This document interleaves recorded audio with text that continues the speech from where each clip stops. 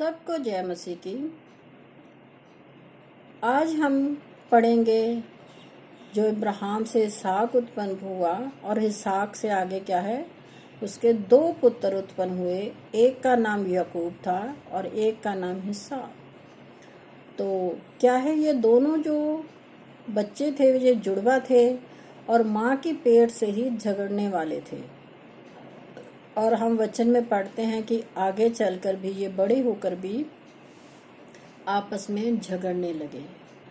तो परमेश्वर ने क्या है, याकूब को चुना, इसहाक को नहीं।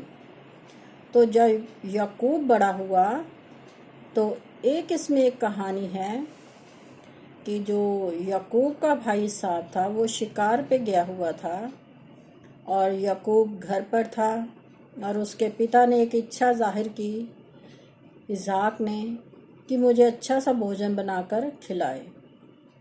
तो उसकी माँ जो थी उसने बहुत अच्छा भोजन बनाया और अपने बेटे के द्वारा, याकूब के द्वारा क्या है, उसे अपने पति के पास भेजा भोजन। और जब उसने भोजन किया तो वचन में पढ़ते हैं जो पुराने बुजुर्ग होते हैं वो मरने से पहले क्या है, आशीर्वाद देते हैं।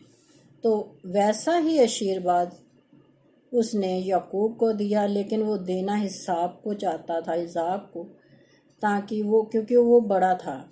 लेकिन क्या है, याकूब नहीं चाहता था कि धोखे से वो आशीर्वाद ले, लेकिन जो उसकी माँ थी उसने वो धोखे से जो इसहाक का आशीर्वाद था वो क्या है, याकूब को दिला दिया। उसके पिता ने, बाइबल में आप पढ़िए, पहचान भी लिया कि बोल तो याकूब सा लगता है लेकिन क्या है, उसका जिस्म रोएदार नहीं था। लेकिन क्या था, उसकी माँ ने बकरी के या किसी भी अच्छे उसके जानवर के जो खाल थी वो निकाल कर वो उसके बदन पर उड़ा दी, क्योंकि जो उसका बड़ा भाई था उसका जो शरीर था वो रोएदार था, बालों से भरा हुआ था। और जो उसका पिता वो बूढ़ा हो चुका था इसहाक, और उसकी आंखों की रोशनी भी कम हो चुकी थी। उसने क्या किया, उसे टटोला, उसकी बाजू पर और मुंह पर ऐसे हाथ लगाकर देखा। तो उसने कहा कि जो बदन है वो तो इसहाक का जैसा लगता है, लेकिन बोल क्या है, याकूब जैसा है। तो उसने खाना खाया, फिर उसने दुनिया भर का आशीर्वाद दिया। तो जब क्या है कि वो इसहाक वापस आया तो वो भी अपने पिता के लिए अच्छा सा खाना बना कर लाया, लेकिन उसने कहा कि मैंने तो खा लिया। उसने कहा किसने खिलाया? तो ऐसे आगे वचन में पढ़ते चले जाइए तो वो क्या है, वो रोने पीटने लग गया कि मेरा जो आशीर्वाद था वो तूने क्या है, याकूब को दे दिया। तो आगे अब वचन में पढ़ते हैं कि जो उसकी माँ थी वो प्यार तो दोनों बच्चों से करती थी, लेकिन याकूब से क्या है, ज़्यादा करती थी। और हम देखते हैं कि बहुत से घरों में ऐसा ही होता है, माँ बाप थोड़ा बहुत फ़र्क बच्चों में कर देते हैं, लेकिन करते प्यार वो सबसे हैं। लेकिन बच्चों को ये महसूस होने लग जाता है कि हमारे माँ बाप जो है एक उससे प्यार ज़्यादा करते हैं, मुझसे कम करते हैं। ऐसा ही उस समय भी हुआ। तो जो याकूब था उसे आशीर्वाद मिल गया, लेकिन उसे क्या है, जो उसका बड़ा भाई था उसे बहुत गुस्सा आया और वो क्या है, उसे मारने के लिए भागा।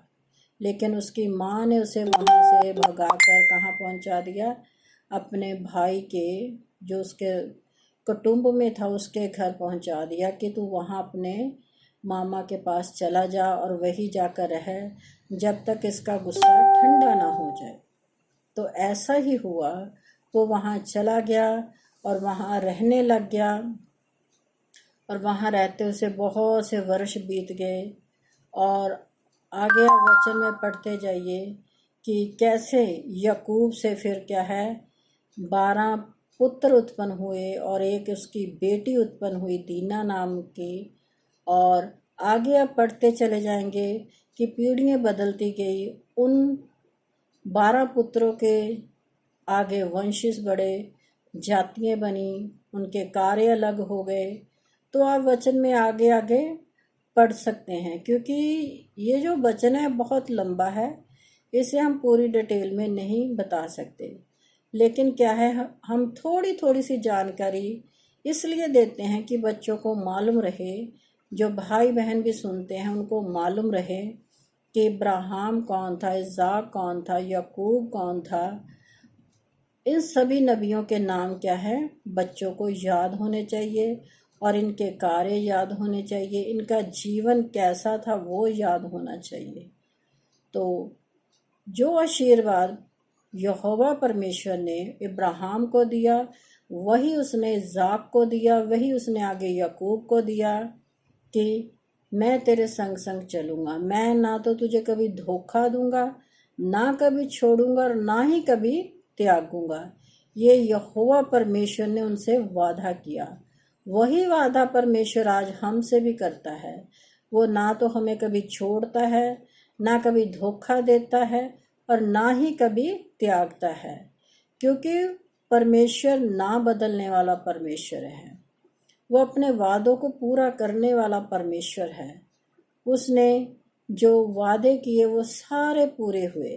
और हम वचन में आगे चलकर भी पढ़ते हैं कि यहोवा परमेश्वर ने जब ये सब पीढ़ियाँ चली तो उनसे ये भी कहा कि जो मेरे संग संग चलेगा, मैं उनके लिए हर जगह उनके लिए खड़ा रहूँगा, उनके साथ रहूँगा, और मैं तुम्हें दुनिया की पूंछ नहीं बल्कि सर बनाऊंगा।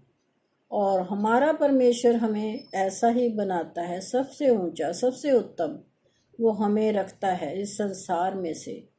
जो उसके संग संग चलते हैं, आप देखिए उनका जीवन बहुत अच्छा होता है।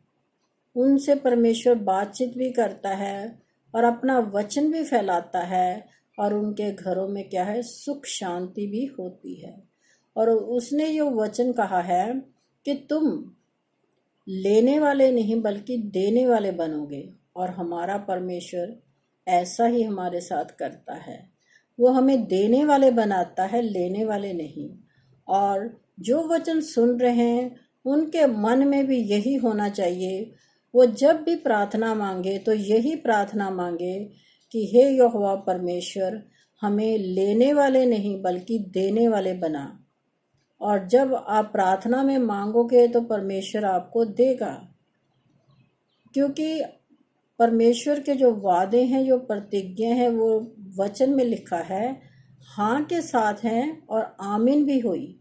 और जो कुछ भी हम वचन में मांगते हैं, परमेश्वर ने कहा है कि प्रीति कर लो, तुम्हें मिल गया, मतलब विश्वास कर लो कि तुम्हें मिल गया है। और जब हम विश्वास से मांगते हैं तो पाते भी हैं, क्योंकि प्रभु का ये वचन है, मांगो तो दिया जाएगा, दरवाजा खटखटाओ तो खोला जाएगा, ढूंढोगे तो पाओगे। प्रभु हमको सब कुछ देने वाला परमेश्वर है। बस हमें क्या है, सच्चे हृदय से उसे पुकारना है। वो हमारी पुकार को सुनता है। और वचन में हम पढ़ते हैं कि लिखा हुआ है कि उसकी आंखें हमेशा धर्मी लोगों की तरफ लगी रहती है, और उसके कान उसकी प्रार्थना की ओर लगे रहते हैं। जो कुछ भी हम प्रार्थना में प्रभु से मांगते हैं वो हमें देता है, क्योंकि वो देने वाला परमेश्वर है। क्योंकि स्वर्ग और पृथ्वी का सारा अधिकार उसे दिया गया है। और प्रभु यीशु का नाम भी स्वर्ग से उतरा था। प्रभु यीशु स्वर्ग से आए थे। आप वचन में पढ़ते हैं कि प्रभु यीशु संसार का मुक्तिदाता है। वो हमें संसार के पापों से छुड़ाने के लिए आया। तो हम वचन में आगे पढ़ेंगे, नए नियम के बारे में भी बताएंगे, प्रभु यीशु मसीह के बारे में से शुरू करके जो प्रभु यीशु मसीह ने वचन बोले उनको भी बताएंगे। हम सिर्फ 1 या 2 वचन हर रोज बताएंगे, ज़्यादा नहीं, क्योंकि ज़्यादा कहने से भूल जाते हैं। इसलिए 1 या 2 वचन, ताकि वो आपको याद रहे और वो वचन आपके जीवन में कार्य करे। आमीन। सबको जय मसीह की। इस वीडियो को अगर आप पसंद करते हैं तो इसे लाइक करिए, शेयर करिए अपने दोस्तों मित्रों के साथ। यूट्यूब चैनल पर जाइए, वहाँ पर पास्टर दीपक मसीह मिनिस्ट्री और किरण मसीह यूसीएनए चर्च रोपड़ लिखा हुआ होगा, वहाँ पर सर्च कीजिए और वचन को सुनिए और अपने दोस्तों मित्रों को भी सुनाइए। सबको जय मसीह की।